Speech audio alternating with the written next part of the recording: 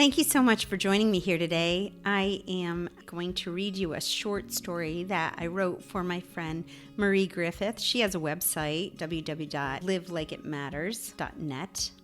And I wrote this recently for her blog, and it is part of some excerpts from my upcoming book that I'm working on called Reinventing Wendy. And it just tells you a little bit about my background, where it came from, and who I am. So the short story is titled, What Do You Want to Be When You Grow Up? Do you remember hearing this question when you were a child?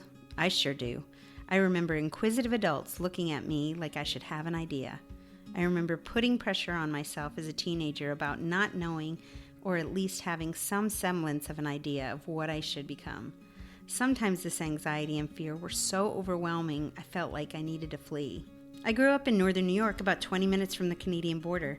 So close, in fact, Hands Across the Border, which was part of Hands Across America, was about 20 minutes from where I lived.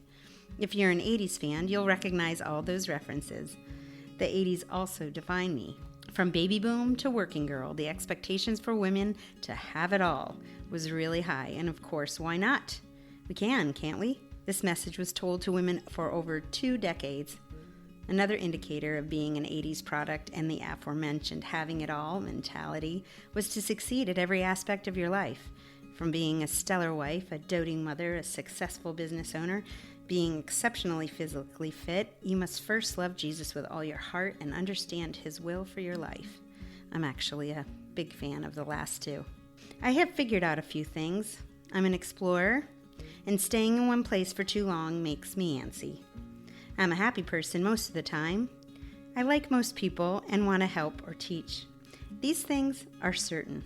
All of this pressure to succeed and to know what you should do and then also be a champion at it can lead to lots of questions.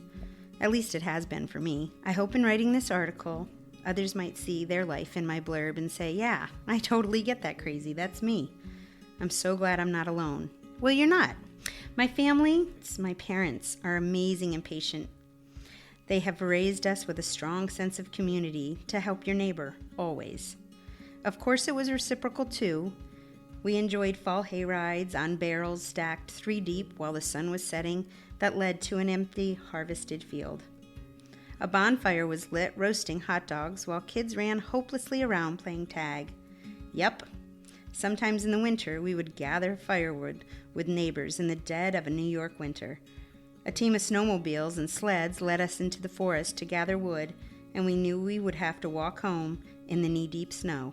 The whole time laughing and sharing stories with family and friends. Yes, this is how I actually grew up. My actual home was in an eddy. Our house was located near a stream that ran through 4 corners. If you're unfamiliar with this term, during the early 1800s, while America was being developed, an eddy was the confluence of commerce and trade for people on their way to the big cities.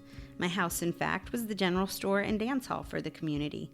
Across the street was the one-room schoolhouse, which also served as a church. We were surrounded by farms on every side. It really was an unbelievable, dreamlike place to grow up. We had such a closeness to my neighbors, they feel like cousins. In fact, we still keep in touch quite a bit. Thank you, Facebook. I believe this kind of grounding and belonging has given me wings to fly over and over again. This kind of stability comes from knowing people and places and that they will always love you. For almost 30 years, I've been married to a saint of a man, John, and I really mean it. I'm so in love with this man who is my constant. We laugh about it, but I can be a bit intense. I prefer to call it being passionate. In my opinion, life was not meant to be lived passively or as a spectator. We were meant to engage, embrace, and live. John, thankfully, supports me all the time. Since we said I do, my husband has stood by my endless entrepreneur endeavors. Here's just a little bit of my hobbies, passions, since May 28th, 1994, when we said I do. I've been an event planner, of course a mom, my little desktop publishing called WP Desktop Publishing, cake decorator, catering, food service director, restaurant owner, historic docent, nonprofit executive director, travel writer, tour operator, and currently a hospitality small business coach. Yeah, I know, he's a saint. Most men would have been like, what? But my John, he's a keeper. As an over 50 gal now, I have learned a few things about having it all. The next part might help those who are struggling with either focus, mission, or business ideas. This past weekend, I won a ticket to PodFest 2020. It was a podcasting conference in Orlando, Florida, and I just started a podcast. Yet another thing. I'm learning the community here, too. While at a roundtable meet and greet, we all introduced ourselves. I had done my typical elevator speech, which sounds a little bit like this. Hi, I'm Wendy Payne of Travel with Wendy. I'm a blogger, vlogger, podcaster, and I travel the world supporting and helping small businesses. I boastfully thought it was spot on. I was pretty proud of myself. However, this was where God kind of sends his angels to humble us a bit from time to time. As soon as I was done with my speech, a gentleman at the table said, "Really? Well, I want to talk to you after this session alone, if you don't mind." I totally felt like I was being called into the principal's office. A rebel underneath, I still am a good girl. I agreed. After our meet and greet, the man was kind enough to share about an hour with me about my business. He told me my elevator speech was not entirely true, then began to unfold a truth I guess I needed to hear. He said, "You should stop introducing yourself that way." Of course I was taken back. I love my job. He then went on to say, "You are a helper. You want to help and support small businesses around the globe."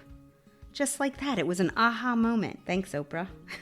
Maybe it was a God smack, all at the same time. He went on to say, when you started talking about helping and supporting small businesses around the globe, your whole body language changed. Your eyes lit up. Your body was upright. You couldn't stop smiling. You're super passionate about that. We could all see it. It gave me a lot to think about, and I came to the conclusion that I have always really wanted to be a helper and to help others succeed. And so I'm still figuring it out. I probably will keep continuing to reinvent myself. So what do I want to be when I grow up? I want to be me. Thanks so much for joining me here today. And don't forget to check out Marie's blog, Live Like It Matters. She's got some inspiration on there and some really cool articles. Thanks for listening.